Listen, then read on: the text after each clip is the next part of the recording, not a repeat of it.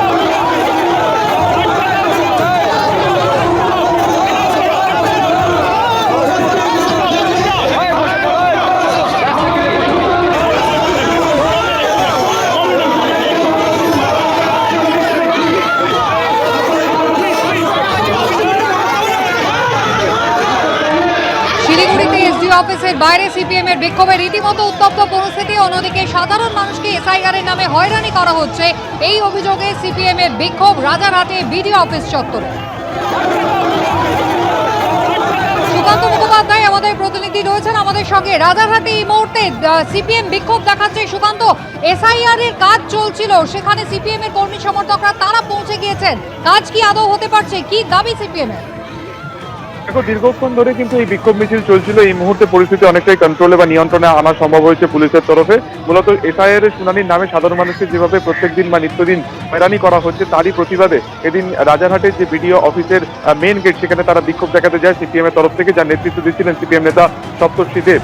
এদিন বেলা 11টার কিছু পরে রাজারহাটে বিষ্ণুপুর বটতলা থেকে মিছিল করে রাজারহাট বিডিও অফিসের সামনে এসেছিল মিছিল, এবং এরপরই বিডিও অফিসের যে মেন গেট, সেখানে তারা বিক্ষোভ শুরু করেন এবং এরপরে বিডিওকে ডেপুটেশনের দাবিও তারা তোলেন, কিন্তু তারপরে তাদেরকে ঢুকতে দেওয়া হচ্ছিল না। এটাকে কেন্দ্র করে কিন্তু মূলত গন্ডগোলের সূত্রপাত। এরপরে বিডিও অফিসের মেন গেট তারা কার্যত ঘেরাও করে রাখে সিপিআইএম এর তরফে। পরবর্তীকালে পুলিশ ঘটনাস্থলে যায়, বিরাট ফোর্স সেখানে যায়, এবং তারপরে কিন্তু ডেপুটেশন দেওয়ার জন্য যে আর্জি বা যে দাবি সিপিআইএম এর তরফে করা হয়েছিল, সেই আর্জি মেনে নেওয়া হয়। এবং তারপরে এই মুহূর্তে পরিস্থিতি অনেকটাই কন্ট্রোলে হয়েছে এবং শুনানি পর্ব মাঝখানে কিছুক্ষণের জন্য স্তব্ধ হয়েছিল। সেই শুনানি পর্বও কিন্তু কিছুক্ষণ আগে শুরু হয়েছে, যদিও বিশাল পুলিশ বাহিনী এই মুহূর্তে বিডিওর অফিসের আশপাশে রয়েছে। তার পাশাপাশি কিন্তু যারা বিক্ষোভকারীরা যারা ছিলেন, সিপিএম এর যারা কর্মী সমর্থক, তারাও কিন্তু এই মুহূর্তে ঘটনাস্থলে রয়েছে।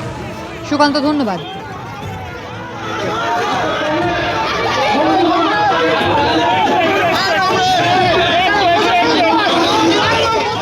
অন্যদিকে আসানসোলের এসডিও অফিসের বাইরে বিক্ষোভ বামেদের। এসআইআর শুনানির নামে হয়রানির অভিযোগ, পথে নামলো সিপিএম। রাজ্য সড়ক অবরোধ করে বিক্ষোভ দেখায় সিপিএম।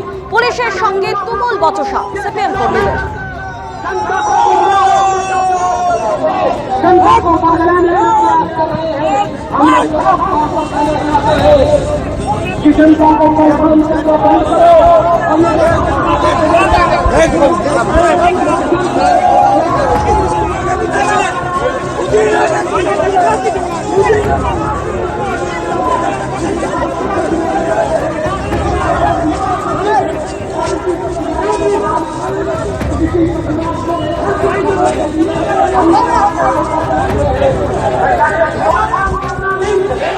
পাশাপাশি এই মুহূর্তে আসানসোলের পাশাপাশি খানাকুলের ছবি আপনাদের সামনে তুলে ধরছি। একদিকে আসানসোলে এসডিও অফিসের বাইরে বিক্ষোভ দেখাচ্ছে বামেরা, অন্যদিকে খানাকুলে এসআইআর এর শুনানির নামে হয়রানির অভিযোগে রাস্তা অবরোধ করেন খানাকুলের গ্রামবাসীরা।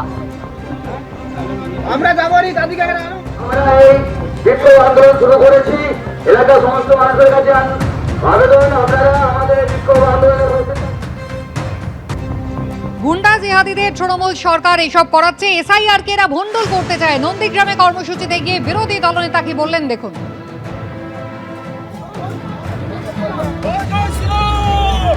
গুন্ডাদের হাতে সরকার, জিহাদিদের হাতে সরকার, জামাতিদের সরকার, তারা এই কাজগুলো করবে।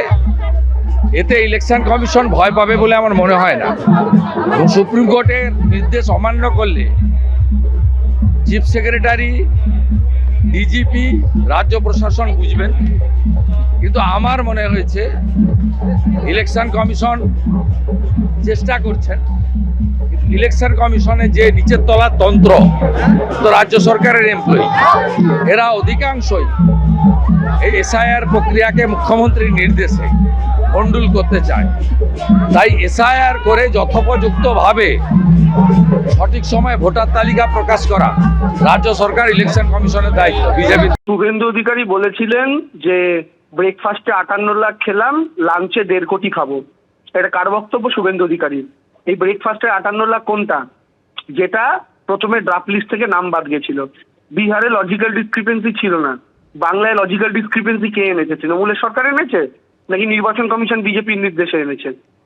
প্রথমে অ্যাডমিট কার্ড চলবে, তারপরে অ্যাডমিট কার্ড চলবে না, তারপরে সুপ্রিম কোর্টে থাপ্পড় খেয়ে আবার অ্যাডমিট কার্ড চলবে। এটা কে করেছে?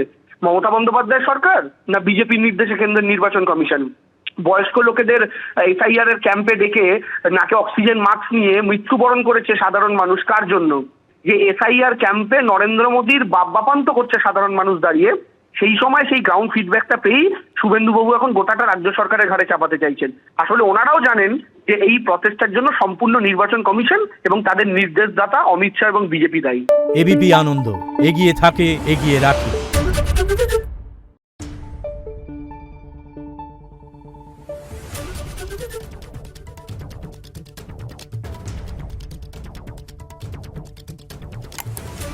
Thank you.